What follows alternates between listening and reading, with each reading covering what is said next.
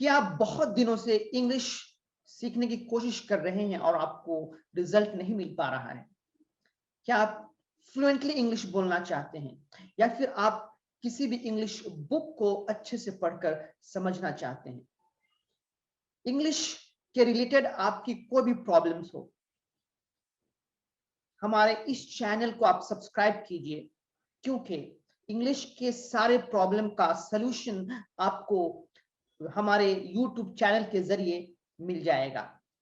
Hi guys, this is Muhyiddin Shak and I would like to welcome you to International Speakers Academy. फिर से एक बार मैं आपका welcome करता हूं How to Understand an English Book for Beginners के इस लेसन के अंदर, इस सेशन के अंदर आज मैं आपको इस सेशन के अंदर में एक नए चैप्टर को पढ़कर सॉल्व करूंगा और आपको बताऊंगा कि कैसे सेंटेंस को कंस्ट्रक्ट किया जाता है। आप भी अगर किसी बुक को पढ़कर समझना चाहते हैं तो आप कैसे उस बुक को समझें, कैसे आप सब्जेक्ट, वर्ब और ऑब्जेक्ट को मिलाकर सेंटेंस को अच्छे से समझ पाएं और कुछ ही दिनों में आप एक अच्छे इंग्लिश के कम्युनिकेटर बन जाएं और आप किसी भी बुक को पढ़कर समझने लगे। तो इस वीडियो को आप लास्ट तक देखिए, आप मेरे साथ लास्ट तक बने रहिए और अब तक अगर आपने हमारे YouTube चैनल को सब्सक्राइब नहीं किया है तो इसे अभी तुरंत सब्सक्राइब कीजिए और बेल आइकन को हिट कीजिए ताकि आपको नोटिफिकेशन रेगुलरली मिलता रहे, ताकि आप हमारे किसी भी वीडियो को मिस ना कर पाए। और अगर आपको वीडियो पसंद आए तो इसे जरूर लाइक कीजिए। एंड वन मोर थिंग, अगर आप इंग्लिश के एक अच्छे कम्युनिकेटर बनना चाहते हैं तो आप हमारे online English communication master training program को ज्वाइन कर सकते हैं, बहुत ही रीजनेबल फीस और 100% गारंटीड रिजल्ट के साथ। So guys, now let's get started. So friends, आज के इस सेशन के अंदर में जो चैप्टर, जो लेसन हम पढ़ने जा रहे हैं वो है the dog and the bone. ये हमारे सेशन का, ये हमारे इस चैप्टर का टॉपिक है, the dog and the bone. The dog कुत्ता एंड द बोन हड्डी, कुत्ता और हड्डी। सो लेसन शुरू करते हैं। One day a dog found a bone. One day, एक दिन, a dog, एक कुत्ता, found, ये find का सेकेंड फॉर्म है, find, found, found मतलब पाना, a bone, bone means हड्डी।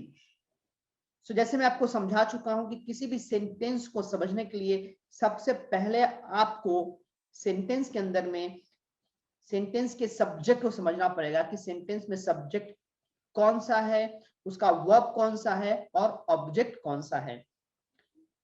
और समझने के लिए आपको टेंस का जानना जरूरी है। तो अगर आपने अब तक टेंस नहीं सीखा है तो आई वुड रिकमेंड यू कि आप प्लेलिस्ट में जाइए, वहां पे simple method to learn tenses को आप क्लिक कीजिए और वहां पे सारे टेंसेस के वीडियोस हैं। आप step by step present, simple past, simple future tense, step by step आप देखकर टेंस को सीख सकते हैं। अगर आपने टेंस सीख लिया है so then this is going to be very easy for you, ये आपके लिए बहुत आसान होने वाला है। तो इस सेंटेंस के अंदर में सब्जेक्ट क्या है? अ डॉग सब्जेक्ट है। वन डे यानी एक दिन, अ डॉग एक कुत्ते ने पाया एक हड्डी। ही picked up the bone in his mouth and went to a corner. pick up मतलब उठाना। अब लास्ट में आपको ईडी दिखा तो आपको समझ जाना है कि वो सेकेंड फॉर्म है वर्ब का, right? So he picked up, उसने उठाया, द बोन हड्डी को, ही सब्जेक्ट है, पिक्ड अप वर्ब है, द बोन ऑब्जेक्ट है। सो पहले आपको सब्जेक्ट, वर्ब और ऑब्जेक्ट को ट्रांसलेट कर लेना है, उसको हल कर लेना है। जब आप सब्जेक्ट, वर्ब और ऑब्जेक्ट को ट्रांसलेट कर लेते हैं तो आपको बाकी की जो पार्ट ऑफ द सेंटेंस के अंदर जो वर्ड्स हैं वो आपको अपने आप ही समझ में आ जाएगा। जैसे मैंने हल किया, he picked up the bone, उसने उठाया हड्डी, इन हिज माउथ अपने मुंह में, एंड और वेंट और चला गया, टू अ कॉर्नर एक कोने में। गो, वेंट, गो की सेकेंड फॉर्म है, वेंट चला गया टू अ कॉर्नर, एक कोने में. There he sat and chewed the bone for some time. There, वहां, he is the subject. Sit, sat, sat. This is the second form sit. And chewed, ed means this is the past tense. So there, वहां he sat, वो बैठ गया. And chewed और चबाया the bone, हड्डी को, for some time, कुछ देर तक. Thereafter, the tired dog fell fast asleep. Thereafter, उसके बाद, the tired dog, the tired dog दोनों को मिलाकर ये सब्जेक्ट है. tired मतलब थका हुआ, dog कुत्ता. The tired dog, थका हुआ कुत्ता, fell गिर गया, fast गहरी, asleep नींद, गहरी नींद में. fast asleep मतलब गहरी नींद में. So thereafter the tired dog fell fast asleep. उसके बाद थका हुआ कुत्ता गिर गया गहरी नींद में, मतलब गहरी नींद में पड़ गया.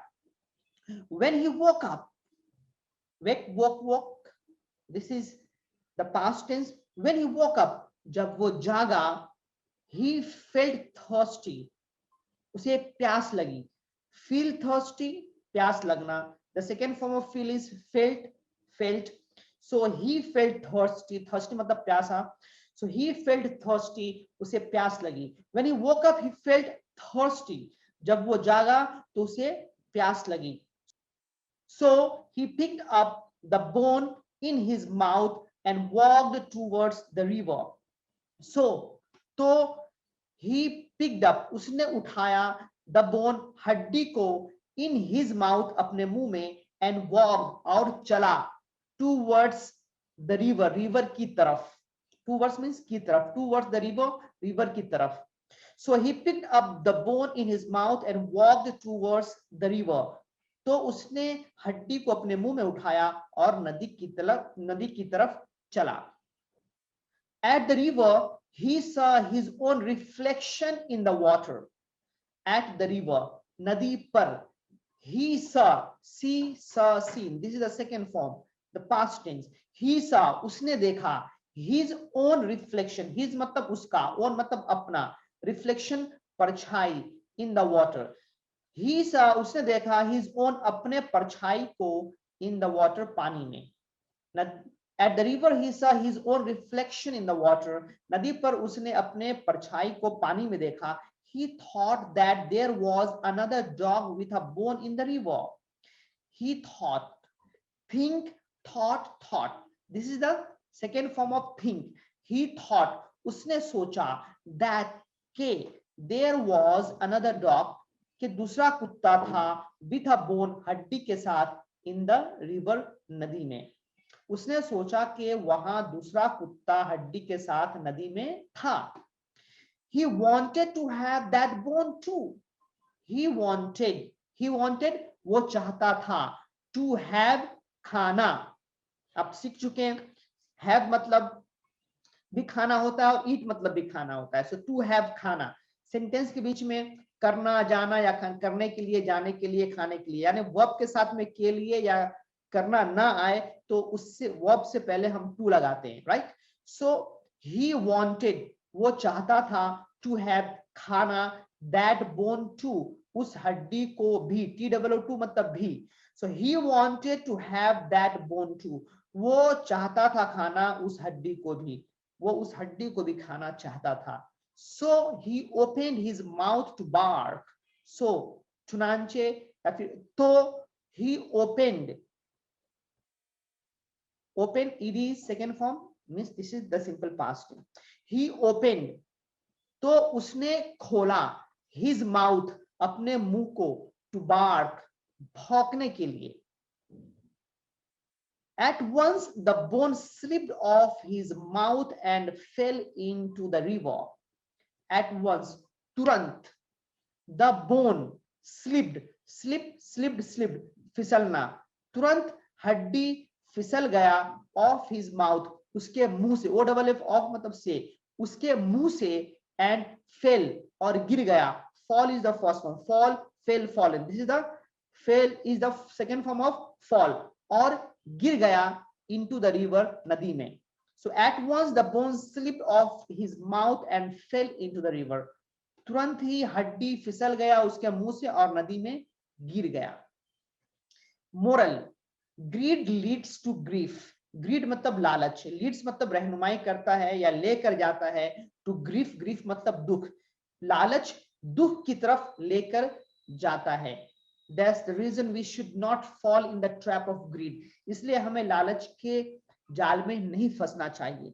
So friends, this story about the dog and the bone I read and solved easily for you. मैंने बहुत ही आसान तरीके से मैंने इस चैप्टर को, इस स्टोरी को पढ़कर आपको सुनाया, और मैं उम्मीद करता हूं कि कैसे आप सब्जेक्ट, वर्ब और ऑब्जेक्ट को ट्रांसलेट करके आप जो बिगिनर्स लेवल की बुक है, राइट, आप सॉल्व कर सकते हैं.